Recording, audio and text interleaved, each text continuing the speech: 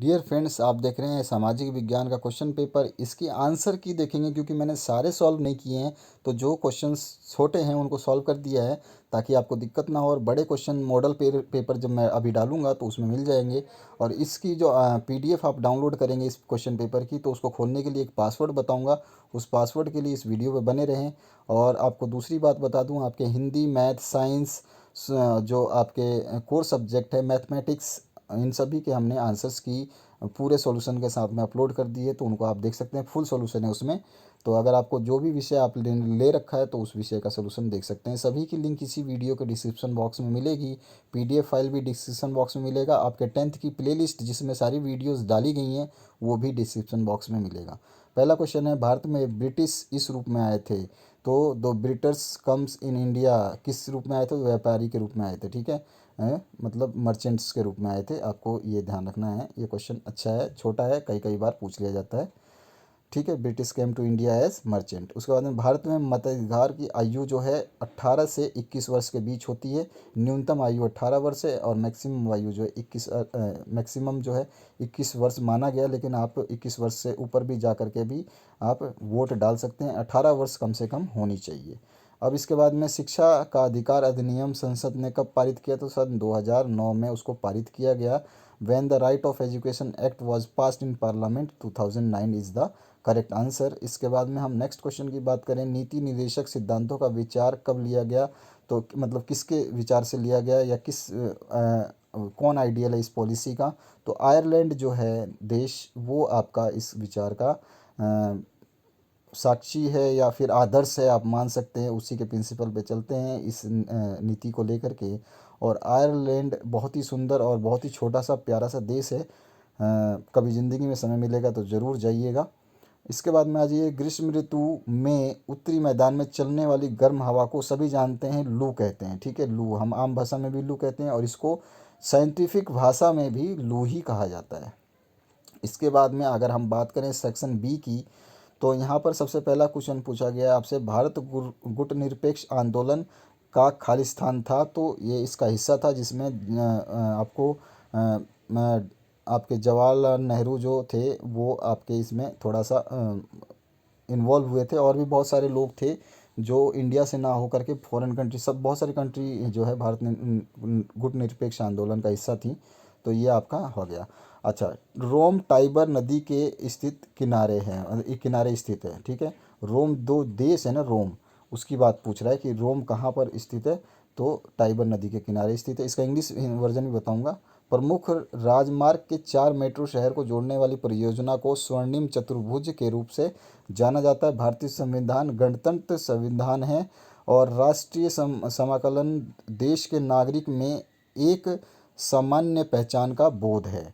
ठीक है, यहाँ पर आप देख सकते हैं इसका English version, India was the part of the national in aligning movement. उसके बाद में the Rome is located at the bank of Tiber river. उसके बाद में major highways connected 4 metro cities as known as golden quadrilateral.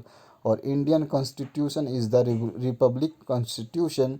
और national integration of the awareness of a common identity among the citizens of country. तो ये इसके answers हो गए। सत्य असत्य की बात करते हैं तो यहाँ पर जो सत्य असत्य में है, राजनीतिक दल जनता का एक संगठित समूह है, तो बिल्कुल सही बात है, ये सत्य वचन है। भारत में इलेक्ट्रॉनिक वोटिंग का सर्वप्रथम प्रयोग दिल्ली में हुआ था? नहीं, ये दिल्ली में नहीं हुआ था, ये आपका हुआ था साउथ में, केरल राज्य के आसपास, केरल में ही हुआ था शायद। ठीक है, उसके बाद में कपास व्यावसायिक फसल है, बिल्कुल सही बात है। व्यवसाय के लिए ही कपास उगाई जाती है, खाने पीने में, रोज़मर्रा की ज़िंदगी में इसका कोई लेना देना नहीं है। आर्य समाज की स्थापना स्वामी दयानंद सरस्वती ने की थी, बिल्कुल सत्य वचन है। और भारत का कुल क्षेत्रफल 5.28 लाख किलोमीटर नहीं है, 3.28 लाख किलोमीटर है। ठीक है, 5 नहीं, 2.8, 3.8 है। इसके तो यह सत्य हो गया। इसके बाद में इसका इंग्लिश वर्जन यहाँ पे है, उसी को हमने यहाँ पे सत्य किया हुआ है। फिर दूसरा असत्य है, तीसरा सत्य है, चौथा सत्य है और पांचवा असत्य है। अब सही जोड़ियाँ मिलानी है तो नीली क्रांति जो है मछली से रिलेटेड था, तो मत्स्य पालन। दांडी यात्रा गांधी जी ने 30 अप्रैल को ख़त्म की थी। और बौद्ध धर्म जो है ये गौतम बुद्ध का दिया हुआ है, और कुषाण वंश जो है कनिष्क का है, और प्रथम नक्सलद्रोह जो है मार्च 1967 में हुआ था। ठीक है, आपको इंग्लिश में हिंदी में सेम चीज़ें समझा दी मैंने। ठीक है, अब इसके बाद में अगर हम बात करें नेक्स्ट क्वेश्चन की, तो यहाँ से जो क्वेश्चंस हैं इनके क्वेश्चंस के अभी हमने आंसर दिए नहीं हैं, लेकिन आपको जो मॉडल पेपर अभी प्रोवाइड करने वाले हैं उनमें इन सभी चीज़ों के आंसर मिलेंगे। वीडियो आप देख रहे हैं तो आपको इसका पीडीएफ का पासवर्ड चाहिए होगा, तो पीडीएफ का पासवर्ड आप नोट कर सकते हैं एसएसटी का, तो वो है 6789 ठीक है, ये इसका पासवर्ड है 6789। यहाँ पर आपने 5 क्वेश्चन देख लिए। आगे के क्वेश्चंस मैं दिखा देता हूँ। इसको पढ़ने का कोई फ़ायदा नहीं है क्योंकि मैं इसका सॉल्यूशन नहीं बताने वाला, तो आप इसको पढ़ लीजिए, अपने लेवल पे सॉल्व करने की कोशिश कीजिए। जब तक हम इसके मॉडल पेपर्स डालेंगे तो आपको इसका सॉल्यूशन मिल जाएगा। 10th 11th 12th तक के क्वेश्चंस यहाँ पे हैं, और इसके आगे जो है 13 यहाँ तक क्वेश्चन कंप्लीट हो गए। उसके बाद में 14 से 19 तक जो है 3 3 अंक के हैं, इनको आपको सॉल्व करने हैं। तो ये 14 से 15 देख रहे हैं आप, 15 क्या 16 तक आप देख रहे हैं एक ही स्क्रीन पे, आप इसको देख लीजिए। इसके आगे के 16 से 17 18 और 19 के क्वेश्चंस यहाँ पे हैं।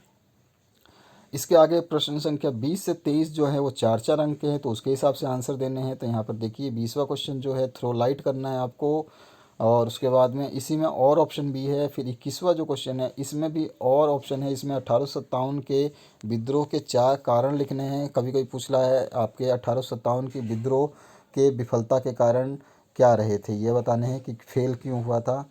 और 22वां जो क्वेश्चन है ब्रिटिश शासक का भारत पर क्या प्रभाव पड़ा, समझाना है आपको। और ब्रह्म समाज के प्रमुख सिद्धांत आपको बताने हैं। तो इस तरह से ये क्वेश्चंस हैं। 23वां क्वेश्चन आपके सामने है, आप देख सकते हैं। आगे की बात करें हम, प्रश्न सारे जो 24 और 25 से 5 5 अंक के हैं, और शब्द सीमा 100 है। तो 24वां क्वेश्चन तो आपके सामने क्लियरली। इसके आगे की बात करूं तो 25वां क्वेश्चन और ऑप्शन के साथ यहाँ पे है। 26 और 27 जो है 150 शब्दों की सीमा है, और 6 6 अंकों के हैं, तो इनको देख लीजिए। 26 नंबर ये है आपका, जिसका अथवा पाठ आपके सामने है, और 27वां नंबर जो है ये रहा, जो कि आपको भारत के मानचित्र में काराकोरम पर्वत श्रेणी, डल झील, कर्क रेखा, ब्रह्मपुत्र नदी, कोरोमंडल तट, मुंबई हाई, इन सभी को जो है मैं आपको मॉडल पेपर में ज़रूर दिखाऊंगा। आपको टेंशन लेने की ज़रूरत नहीं है, जो बोलता हूँ वो करता हूँ। तो यहाँ पर आपने ये देख लिया है, तो इन सभी को आपको जो है आपको अपने उसमें मानचित्र में दिखाना है।